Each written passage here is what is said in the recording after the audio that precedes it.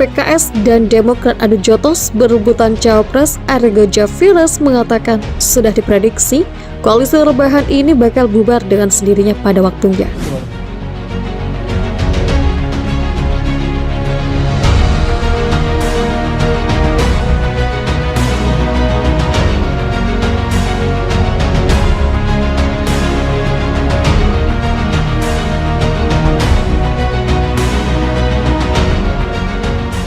Koalisi perubahan terancam bubar justru gara-gara Anies Baswedan yang capres dan AHY melalui partainya ngotot sebagai cawapres. Hal tersebut berbeda pendapat dengan partai koalisinya PKS yang mengajukan nama mantan Gubernur Jawa Barat sebagai cawapres Anies.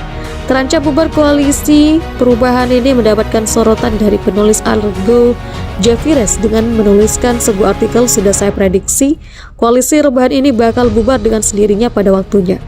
Urusan siapa cawapresnya ini sampai detik ini koalisi rebahan itu sengaja masih bungkam. Sekalipun mereka sudah sepakat urusan cawapres, Anies yang mutusin. Nasdem dan PKS punya kepentingan terselubung. Begitu pula Demokrat punya kepentingan sendiri. Sepertinya strateginya Anies memang sengaja mengulur waktu sampai mepet di menit-menit terakhir. Sehingga ketika Anies mengumumkan siapa cawapresnya, lalu ada partai koalisi yang tidak sepakat dan cabut kongsi, waktunya sudah mepet tidak bisa jadi koalisi lain.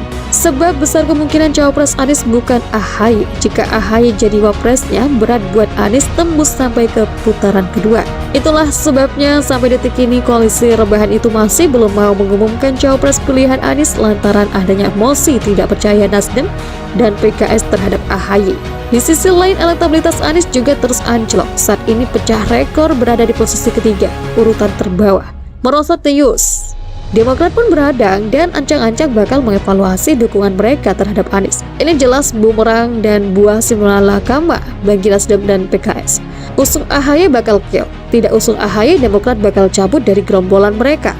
Akibatnya sudah pasti runyam, persyaratan presidensial threshold tidak terpenuhi, gagal masuk dalam radar Pilpres 2024 pula. Ambisi Surya Paloh dan JK pun ambruk dengan sendirinya, nangis darah berjamaah. Tentu saja Demokrat curiga lantaran sampai detik ini AHY belum juga diumumkan Anies menjadi cawapresnya. Belum apa-apa sudah berantem saja para bocil koalisi rebahan kelas bekicot ini. Katanya koalisi perubahan untuk persatuan mereka sendiri tidak bersatu pada cakar-cakaran sendiri. Jadi sudahlah, mimpi Anies menjadi cawapres RI tidak akan pernah terwujud lantaran dijegal oleh koalisinya sendiri dengan cabut kongsinya Partai Demokrat jika tidak mencawapreskan AHY. Makanya sudah diprediksi koalisi rebahan ini bakal bubar dengan sendirinya pada waktunya. Nanti kalau sudah bubar, langkah bidak catus selanjutnya tinggal serang pemerintahan Presiden Jokowi dengan dalih cawe-cawe. Namanya juga koalisi kentut gerombolan Brekele. Ketua Bapilu Partai Demokrat Andi Arief merespon anggapan Waketum Partai Nasdem Ahmad Ali yang bilang kalau partainya hanya memaksa Agus Harimurti Yudhoyono jadi cawapres Anies Baswedan. Andi Arief lantas bertanya balik ke Ahmad Ali.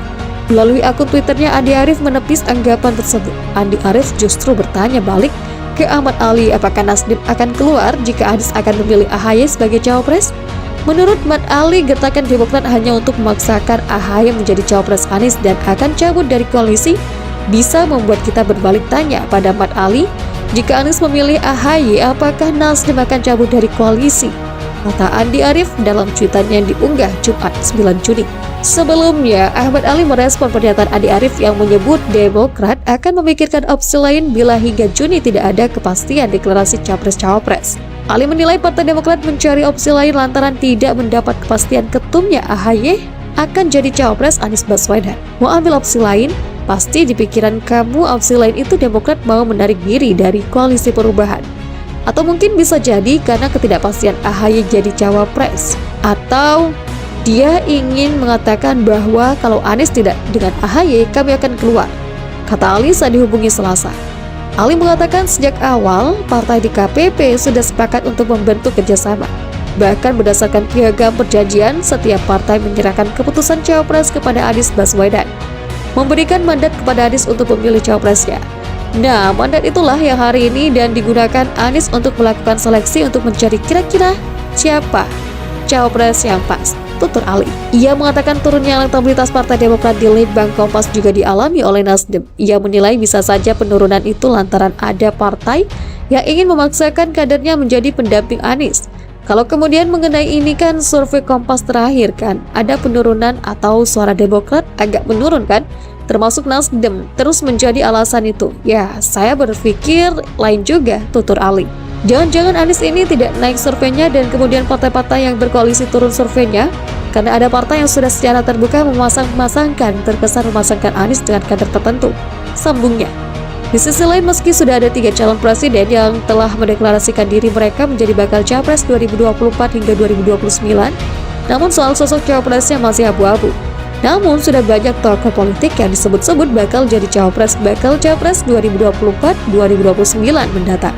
Dari tokoh Gibran Raka Buming Raka yang dihebohkan jadi cawapres Prabowo Subianto, Sandiaga Uno disebut-sebut bakal jadi cawapres Ganjar Pranowo, hingga sosok Mahfud MD yang disebut jadi bakal cawapres Anies Baswedan. Nah, soal Mahfud MD, rupanya ia tak menampik soal dirinya pernah ditawari jadi cawapres Anies Baswedan. Pun Mahfud MD telah menolak tawaran tersebut. Hal itu karena profesor tersebut telah menilai sesuatu di koalisi yang mengusung Anies Baswedan sebagai capres dari PKS. Ya, Mahfud MD belak-belakan mengungkap alasan dirinya menolak tawaran menjadi bakal calon wakil presiden untuk bakal calon presiden Anies Baswedan. Tawaran tersebut datang dari Presiden Partai Keadilan Sejahtera Ahmad Syahiku. Tak main-main Ahmad Syahiku bersama politisi PKS Al-Muzamil Yusuf menyambangi kediamannya untuk membicarakan hal tersebut. Kedatangan tersebut dimaksudkan untuk penjajakan pencarian bakal cawapres untuk Anies yang dilakukan PKS beberapa waktu lalu. Pak Syahiku waktu ke Roma bersama Al-Muzamil kan beliau menjajaki untuk mencari cawapresnya Anies. Antara lain bertanya, Pak Mahfud bersedia enggak?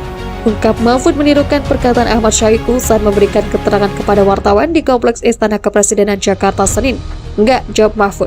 Saya bilang, karena di koalisi Bapak itu ada Nasdem, Demokrat, dan PKS. Itu banyak. Ada yang calonnya dari partainya sendiri, lanjutnya. Mahfud menilai jika nanti dia diajak masuk ke dalam koalisi itu justru merusak demokrasi. Sehingga dia meminta agar Ahmad Syahiku menjaga koalisi yang bernama Koalisi Perubahan untuk Persatuan atau KPP itu. Nanti kalau saya diajak ke situ, malah saya merusak demokrasi. Kalau ada yang satu keluar karena Anda ajak saya akan rusak. Oleh sebab itu saya minta Bapak jaga koalisi. Saya bilang begitu kepada Ketua PKS. Jaga koalisi, jangan ajak saya ke dalam, ujar Mahfud, agar koalisi tidak pecah. Kalau saya ke dalam nanti malah pecah, karena ada yang tidak setuju dan lain-lain. Itu saja tugas saya, menjaga pemilu dan menjaga demokrasi, tuturnya. Dalam kesempatan itu, Mahfud juga mengakui bahwa dirinya memberikan perintah kepada pakar hukum tata negara Dedi Indrayana untuk menjaga agar Anies Baswedan bisa maju sebagai capres pada 2024. Menurutnya, perintah itu pun dia sampaikan dalam rangka menjaga demokrasi.